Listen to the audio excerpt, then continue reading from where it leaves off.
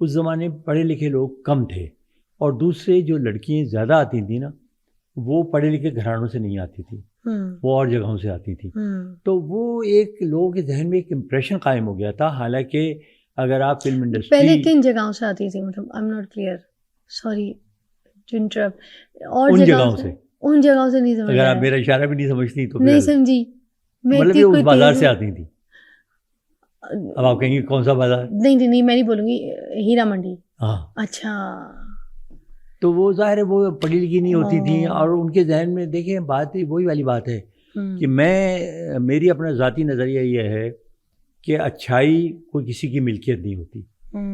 بہت امیر شخص، بہت پڑھا لکھا شخص بھی جو ہے کرپٹ ہو سکتا ہے، ٹھیک ہے جی. اور ایک بہت غریب مفلس گھرانے سے تعلق رکھنے والا شخص یا لڑکی وہ بہت ایماندار اور بہت اچھی ہو سکتی ہے، بہت پاک باز ہو سکتی ہے. بے شک. ٹھیک ہے نا. تو وہ اس کو جج نہیں کیا جانا چاہیے، لیکن وہ ایک ریپوٹیشن بن گئی تھی اس زمانے میں، جو اب جا کے تھوڑی سی اس لیے دور ہوئی ہے کہ اب پڑھی لکھی لڑکیاں آ رہی ہیں ٹیلی ویژن میں بھی اور فلموں میں بھی.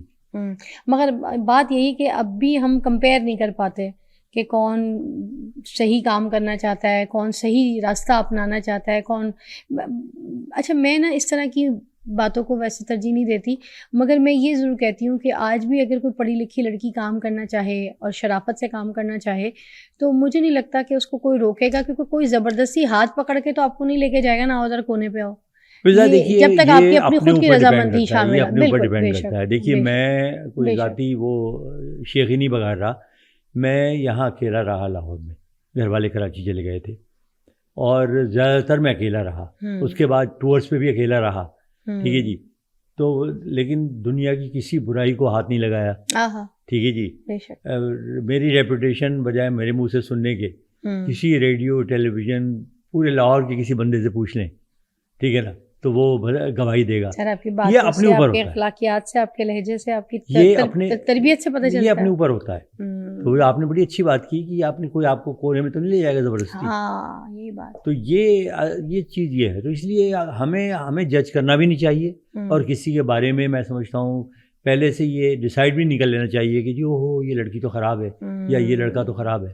کیا بات ہے سر، یہ اس کو پتہ ہے یا اس لڑکے یا اس کے گھر والوں کو پتہ ہے. فلم شاہ شاہد صاحب، ہاں شاہد اپنے زمانے کے خوبصورت ترین ویری ہینڈسم ہیرو، اور بڑے کامیاب رہے وہ بھی.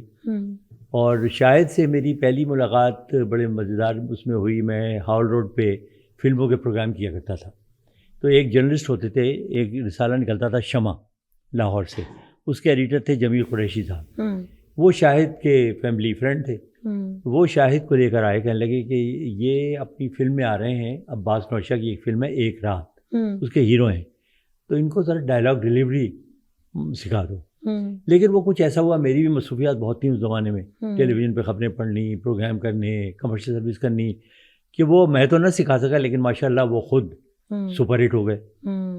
سنا ہے لڑکیاں ڈرتی تھیں ان کے ساتھ ہیروئنس کام کرنے میں کہ کہیں میں ان کے ساتھ اگر صرف تصویر کھینچا لی، ہیروئن آ گئی تو میرے پہ اسٹیمپ لگ جائے گا کہ میں تو اس کی گرل فرینڈ ہوں. اس طرح کا کوئی سین تھا؟ میں نے سنا ہے، ان کے بارے میں مشہور تو تھا، لیکن دیکھیے ہمیں اینڈ دیکھنا چاہیے. بات یہ ہے کہ ان کی پہلی وائف تھی منیزہ، ٹھیک ہے نا، وہ آج بھی منیزہ ہی کے ساتھ ہیں، اور ان کے بچے بھی کامران شاہد انہی سے ہیں. کامران شاہد ان کے بیٹے ہیں، وہ بھی ظاہر منیزہ. کامران کی بہت اچھی تربیت کی ہے دونوں ماں باپ. اب آپ کامران سے ملیں تو آپ کو اندازہ ہوگا. میں نے کامران کی ابھی ڈائریکشن میں کام کیا. آپ شاہد سے ملیں گے تو آپ کو وہ بالکل جو آپ پکچر پورٹری کی گئی ہے اس سے بالکل مختلف نظر آئیں گے. انتہائی بااخلاق، تمیزدار، باادب، بہت قاعدے سے بات کرنے والا. گفتگو کرو بیٹھ کے تو دل نہیں کرتا کہ بندہ اٹھے یہاں سے بات کرتا رہے، اتنا مزہ آتا ہے. وہ مشہور تو ظاہر ہے چونکہ گلیمرس مطلب پرسنالٹی تھی، اور وہ اس وقت میں آئے تھے اس ٹائم پہ ان کے افیئرس بہت چلتے تھے. لوگ بات اگر کرتے ہوتے تھے تو شاہد صاحب کی سب سے زیادہ بات یہی ہوتی تھی، سب سے زیادہ انہیں کی ہوتی تھی. بالکل آج کل نا ادھر ان کے ساتھ آج کل ان کے آج کل یہ ان کے تو وہ لڑکیاں اس وجہ سے میں کہی تھی کہ شاید، اور مشہور تھا بھی اور میرے خیال سے تھا بھی. I'm not sure. ظاہر ہے دیکھیں نا، وہ کہتے ہیں نا کہ وہ آواز جب آتی ہے جب جو ہے نا دو برتن آپس میں ٹکرائیں، بڑی سیدھی بات. پیارے بھی بہت تھے. اچھا ہم بات کریں گے دیبا آپا کی. بہت بازوق عورت تھی انڈسٹری کی، فلم انڈسٹری میں ایک ایسا نام دیبا آپا جو بہت ہی بازوق ہے. انفارچونیٹلی دیبا سے تو میری ملاقات نہیں ہو سکی، کبھی بھی نہیں ہوئی اتفاق سے. لیکن دیبا کے ساتھ ایک واقعہ بڑا مزیدار ہے جو میں آپ کو سنانا چاہوں گا. ہمارے ایک دوست ہوتے تھے اسد جعفری, خود فلم اسٹار تھے, بہت فلموں میں آئے, اچھا, اور بہت اچھے جرنلسٹ تھے, بڑا ان کا نام تھا. وہ میرے پیچھے پڑے رہے کہ میں تمہیں اپنی فلم میں لینا چاہتا ہوں, میں فلم بنا رہا ہوں پہلی. میں نے ایز یوزول جیسے ان کو کہا, میں نے کہا جی میں تو ڈیسائیڈ کر چکا ہوں, تو ریڈیو پہ میں جب ٹی وی پہ میں نے منع کر دیا. تو ایک دن وہ آئے, مجھے ڈیوٹی آفیسر نے کہا کہ اسد جعفری صاحب بڑی دیر سے آپ کا انتظار کر رہے ہیں. اچھا آئے تو بڑے گلے والے ملے, مجھے کہہ لگا آؤ لائبریری میں چلتے ہیں. ریڈیو کی لائبریری تھی, وہاں کوئی نہیں جاتا تھا سوائے لائبریرین کے. وہاں گئے, انہوں نے ایک پوسٹر کھولا اور میرے سامنے رکھ دیا. میرے لیے ایک دھچکا تھا کیونکہ اس پوسٹر پہ سب سے پہلی تصویر تھی نوردین کی. اس کا نام تھا, ٹائٹل تھا, اوپر لکھا ہوا تھا فٹ پاتھ کے شہزادے. اچھا, ایک چلبلی پتہ کچھ ایسی تھا, کوئی چلبلی کوئی فلم ایسی. اس کے بعد دوسری تصویر تھی جمیل, ایک فلم سزا آئی تھی, اس کے ہیرو. اور تیسرے نیچے لکھا ہوا تھا انٹروڈیوسنگ ریڈیو کے مشہور فنکار اور ٹیلی ویژن کے نیوز کاسٹر حسن جلیل, اور میری تصویر. اچھا, میں نے کہا یہ کیا ہے؟ کہنے لگے اب تم نہیں بچ سکتے, یہ تو میں نے چھاپ دیا. مجھے 1 مہینہ لگا انہیں یہ کنونس کرنے میں کہ میں ایسا کوئی کام کرنے کو تیار نہیں ہوں جس میں میں خود سیٹسفائڈ نہیں ہوں, کانفیڈنٹ نہیں ہوں, اور مجھے گالیاں پڑنے کا خطرہ ہو. آپ نے نہیں, اس میں ہیروئن دیبا تھی. اچھا, یہ سارے سنانے کا مقصد یہ تھا. اس میں ہیروئن آپ کے اپوزٹ, ہاں دیبا تھی اس میں. اب وہ ظاہر ندیم کے اپوزٹ ہوں گی کیونکہ اس میں اور بھی 2-3 ہیروئن تھیں. انڈسٹری کا سب سے بڑا نام لینے جا رہی ہوں, ٹھیک ہے, نور جہاں جی کے بارے میں. ارے کیا کہنے, بہت بڑی پرسنالٹی, بہت زبردست گلوکارہ. میں 79 میں جب انڈیا گیا, پہلا میرا ٹور تھا, تو امیتابھ بچن نے آر کے اسٹوڈیو میں دعوت کی پوری ٹیم کی. وہاں پر لتا جی نے پوری دعوت میں کھڑے ہو کے کہا کہ میں اپنے آپ کو نور جہاں کے مقابلے میں کچھ نہیں سمجھتی, میرے لیے وہ دیوی ہیں سروں کی, ٹھیک ہے نا, اور میں ان سے سیکھتی ہوں. اس سے بڑا کیا کمپلیمنٹ ہوگا.